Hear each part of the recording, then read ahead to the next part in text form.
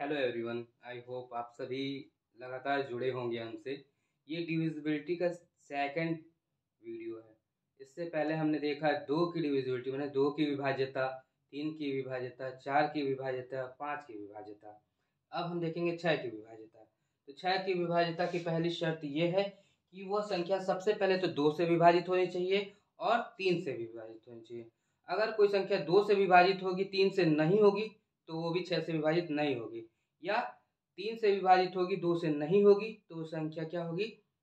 छः से विभाजित नहीं होगी। मतलब छः से विभाजित होने की शर्त यह है कि वो संख्या दो और तीन दोनों से विभाजित होनी चाहिए। यदि कोई संख्या दो और तीन, इसको हमने दो बार लिख दिया है, हो सकता है दिखे ना इसलिए, हालांकि अभी दिख रहा है, हमने देखा है। यदि कोई संख्या दो और तीन दोनों से विभाजित होती है तो वह संख्या छः से विभाजित होगी।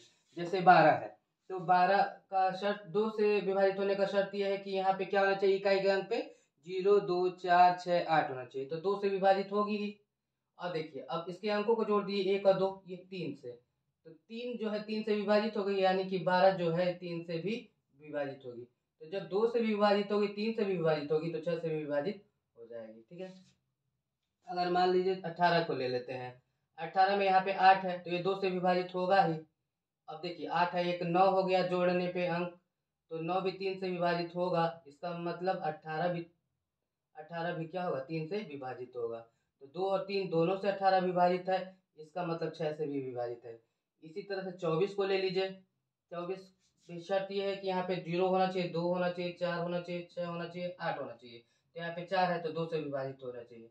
अंकों का योग अगर तीन से विभाजित हो जाए तो दो चार छः, छः जो है तीन से विभाजित होता ही है। इसका मतलब 24 भी होगा जो तीन से विभाजित होगा। तो दो से विभाजित, तीन से विभाजित, तो छः से क्या होगा? विभाजित हो जाएगा। इसी तरह 30 है, तो 30 देख लीजिए, अंत में 0 है, तो दो से विभाजित हो ही जाएगा। और तीन में 0 जोड़ेंगे तो भी तीन आएगा, तो तीन से विभाजित है। इसका मतलब ये संख्या जो है छः से विभाजित है। सात से विभाजिता की संख्या विभाजिता का जो नियम है, थोड़ा सा टिपिकल ये देख लीजिए क्या करना चाहिए। यदि इकाई का अंक छोड़कर, इकाई नहीं, इसको के लिख दीजिए।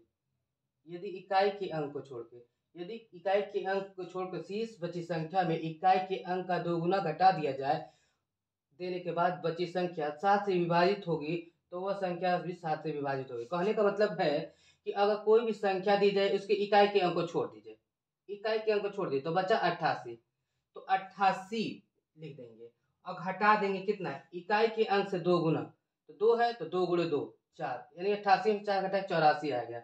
84 जो है 7 से भाग हो जाएगा, क्योंकि 12 सत्ते 84 होता है। इसका मतलब 882 भी जो होगा 7 से विभाजित हो जाएगा।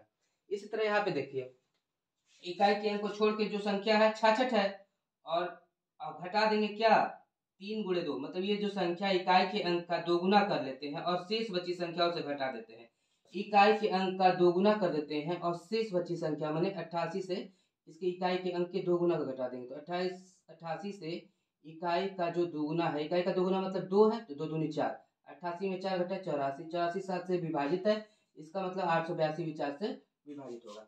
फिर यहाँ पे देखिए, इकाई के अंक को छोड़कर, देखिए यदि इकाई के अंक को छोड़कर शेष बची संख्याओं में इकाई के अंक का दोगुना, मतलब इकाई के अंक को छोड़ के शेष बची संख्या में, मतलब इकाई के अंक को छोड़ दीजिए, शेष बची संख्या में इकाई के अंक का दोगुना, इकाई के अंक का दोगुना अगर 7 से विभाजित हो, दोगुना घटा दिया जाए, और बची हुई संख्या जो, मतलब ये जो बची हुई संख्या है, अगर 7 से विभाजित होती है, तो पूरी की पूरी संख्या क्या हो जाएगी? 7 से विभाजित हो जाएगी। यहाँ पे देखिए 66 है, तीन को छोड़, इकाई के अंक को छोड़ के जो संख्या बचेगी 66, और उसमें जो है इकाई के अंक का दोगुना माने 3 दूनी 6, 66 में से 6 घटा देंगे तो 60 हो जाएगा। 60 7 से विभाजित नहीं होती है, 60 7 से विभाजित होगी नहीं, इसका मतलब 663 भी 7 से विभाजित नहीं होगा। 8 से विभाजिता का नियम 4 वाला याद कीजिए। 4 में हम कहते थे कि अगर इकाई और दहाई से मिली अंक, जो अंक से बनी संख्या जो है, अगर 4 से विभाजित हो जाती थी, तो वो संख्या 4 से विभाजित हो जाती थी।